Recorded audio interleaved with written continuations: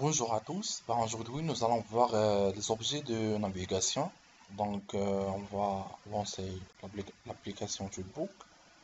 Donc, les objets de navigation sont des boutons qui nous permettent de nous déplacer ou bien de naviguer dans nos pages. Donc, on va maintenant ajouter une image pour voir.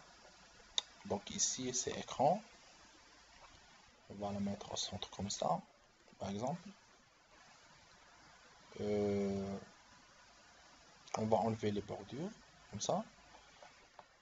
Et on va ajouter un titre, par exemple. Label. Donc, bouton. On va modifier le texte. Moniteur. Écran. Comme ça. Donc, comme ça. Et on va ajouter une autre page. Donc, New Page dans le menu. On va laisser les paramètres par défaut. C'est mieux. Et maintenant, nous allons ajouter une autre image. Par exemple, le disque dur. Donc, comme ça. Propriété. Et on enlève les bordures. Comme ça. Et on ajoute par exemple le titre de l'image, par exemple le disque dur externe, comme ça. Maintenant, nous allons voir comment ajouter les objets de navigation. Par exemple, on a dans le catalogue Navigation Object.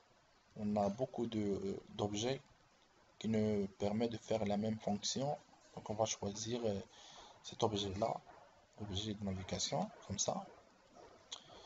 Et on va le mettre aussi dans l'autre page, comme ça.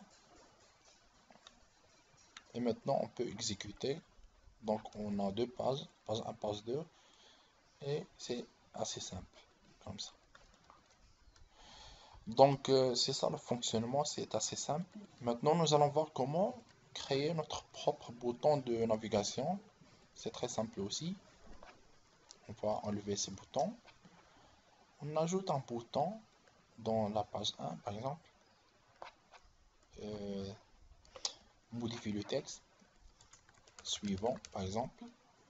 Et on va vers Action, F5.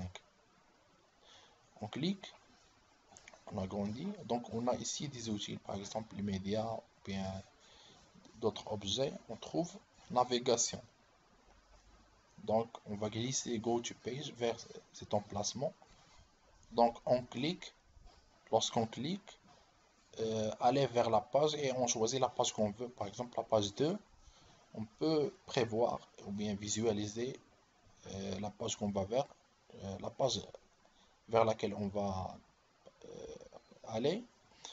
Donc, OK. Et on ferme. Enregistrer. On va copier ce bouton-là et on le colle ici pour le mettre dans le même emplacement.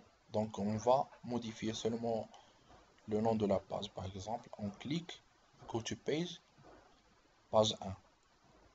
Voilà. Et on enregistre comme ça. On ferme. Donc, on va changer le texte. Par exemple, le précédent. Donc, voilà. On va exécuter. Donc, précédent, suivant.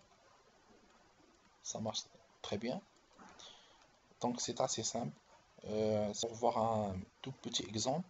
Donc, une autre page, par exemple. On ajoute seulement une image. Par exemple, le périphérique, comme ça. On va la mettre au centre, comme ça.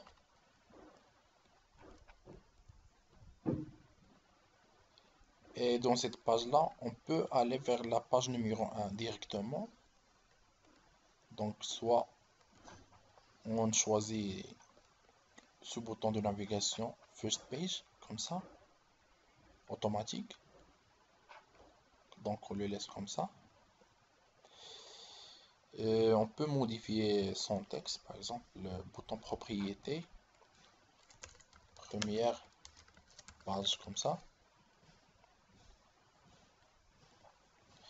Et on va ajouter un bouton similaire pour aller vers la dernière page, donc last page, comme ça, et on le laisse comme ça. Donc on va modifier ses propriétés, dernière page, comme ça.